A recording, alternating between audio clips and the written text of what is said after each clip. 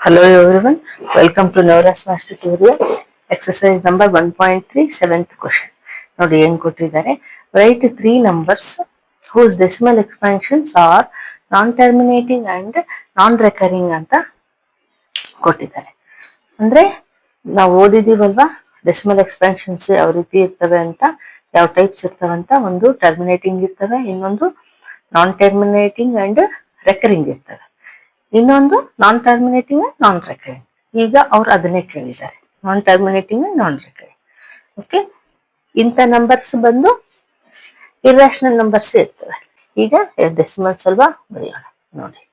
0.01001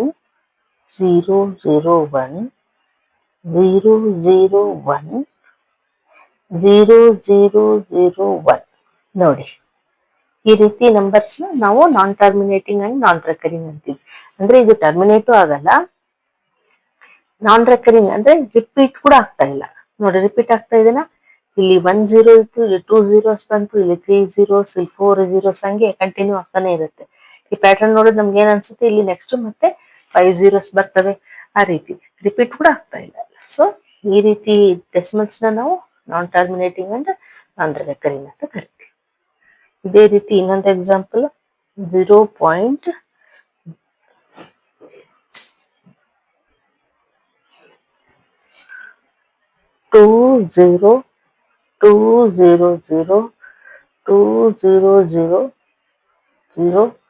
again 20. ನೋಡಿ, ಇದನ್ನು ಅಷ್ಟೇ, 2 0 ಇದೆ, ಇಲ್ಲಿ 1 0 ಇದೆ, ಇಲ್ಲಿ 2 zeros, ಇಲ್ಲಿ 3 zeros, ಇಲ್ಲಿ 4 zeros, ಹಂಗೆ ಕಂಟಿನ್ಯೂ. ಇಲ್ಲಿನೂ ಹಂಗೆ ಕಂಟಿನ್ಯೂ ಆಗ್ತಾ ಇದೆ, ಇಲ್ಲಿನೂ ಹಂಗೆ ಕಂಟಿನ್ಯೂ ಆಗ್ತಾ ಇದೆ. ಸೊ ಈ ರೀತಿ ಡೆಸಿಮಲ್ಸ್ ನಾವು ನಾನ್ ಟರ್ಮಿನೇಟಿಂಗ್ ಅಂಡ್ ನಾನ್ ರೆಕರಿಂಗ್ ಅಂತೀವಿ. ಅದೇ ರೀತಿ ಇನ್ನೊಂದು ಎಕ್ಸಾಂಪಲ್ ನೋಡೋಣ, 0.05 005 0005 00005 ಕಂಟಿನ್ಯೂ. ನೋಡಿ, ಇಲ್ಲಿ 3 ಎಕ್ಸಾಂಪಲ್ಸ್ ಕೊಡ್ತೀವಿ. ಓಕೆ, ಈಗ ನೆಕ್ಸ್ಟ್ ನೋಡಿ, 8th one ಏನ್ ಕೊಟ್ಟಿದ್ದಾರೆ, find 3 different irrational numbers between the rational numbers 5/7 and 9/11 ಅಂತ ಕೊಟ್ಟಿದ್ದಾರೆ. ಅಂದ್ರೆ 3 different irrational numbers between 5/7 and 9/11 ಮಧ್ಯೆ ಬರುವಂತ, ಮಿಡಲ್ ಅಲ್ಲಿ ಬರುವಂತ ಇರ್ಯಾಷನಲ್ ನಂಬರ್ಸ್ ನ ಕೊಡಿ ಅಂತ, ಫೈಂಡ್ ಮಾಡಿ ಅಂತ ಹೇಳಿದ್ದಾರೆ. ಓಕೆ, ಫಸ್ಟ್ ನಾವು ಈ 5/7 ನ ಡಿವೈಡ್ ಮಾಡೋಣ.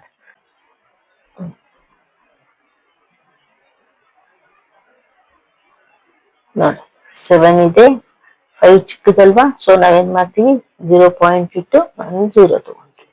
ಈಗ 7 7s 49. What remains? 1 remains. Again take 0, 7 1s 7, 3 remains. Again take 0, 7 4s 28, 2 remains. ಮತ್ತೆ 0 ತಗೊಳ್ಳೋಣ, 7 2s 14, 6 remains. Again take 0, 7 8s 56, 4 remains. Again take 0. ಈಗ 7 5s 35. What remains? 5 remains. ಈಗ ನೋಡಿ, ಇಲ್ಲಿ 5 ಉಳಿದಿದೆ, ರಿಮೈಂಡರ್. ಇಲ್ಲಿ ಏನಿತ್ತು, ಫಸ್ಟ್ ಏನಿತ್ತು, ಇಲ್ಲೇನಿತ್ತು, ಫಸ್ಟ್ ನಾವು 5 ಇತ್ತು. ನಾವು 5 ತಗೊಂಡ್ 5 ಇದ್ದಾಗ ನಾವೇನ್ ಮಾಡಿದ್ವಿ, ಪಾಯಿಂಟ್ ಇಟ್ಟು 0 ತಗೊಂಡು ನಮ್ಗೆ ಇಷ್ಟುದ್ದ ಬಂತು. ಇಲ್ಲಿ ಮತ್ತೆ 5 ಬಂದಿದೆ. ಈಗ ನಾವು ಮತ್ತೆ 0 ತಗೊಂಡ್ವಿ, ಮತ್ತೆ ಸೇಮ್ ಇಷ್ಟು ಪ್ರಾಸೆಸ್ ಕಂಟಿನ್ಯೂ ಆಗುತ್ತೆ ಅಲ್ವಾ. ಅಂದ್ರೆ ಈ ಏನ್ ಡಿಜಿಟ್ಸ್ ಇದಾವಲ್ಲ, ಇವು ಮತ್ತೆ ರಿಪೀಟ್ ಹಾಕೊಂತ ಹೋಗುತ್ತೆ. ಸೊ ನಾವೇನ್ ಹೇಳ್ಬೋದು, ಇದು ಡೆಸಿಮಲ್ ಎಕ್ಸ್ಪಾನ್ಷನ್ 71428 ಮೇಲೆ ಬಾರ್ ಹಾಕ್ಬೋದು ಅಲ್ವಾ. ನಾವು ಇದನ್ನ ಕಲ್ತಿದೀವಲ್ವಾ, ಸೊ ಮಾಡಿದ್ವಿ. ಈಗ 9/11 ಮಾಡೋಣ.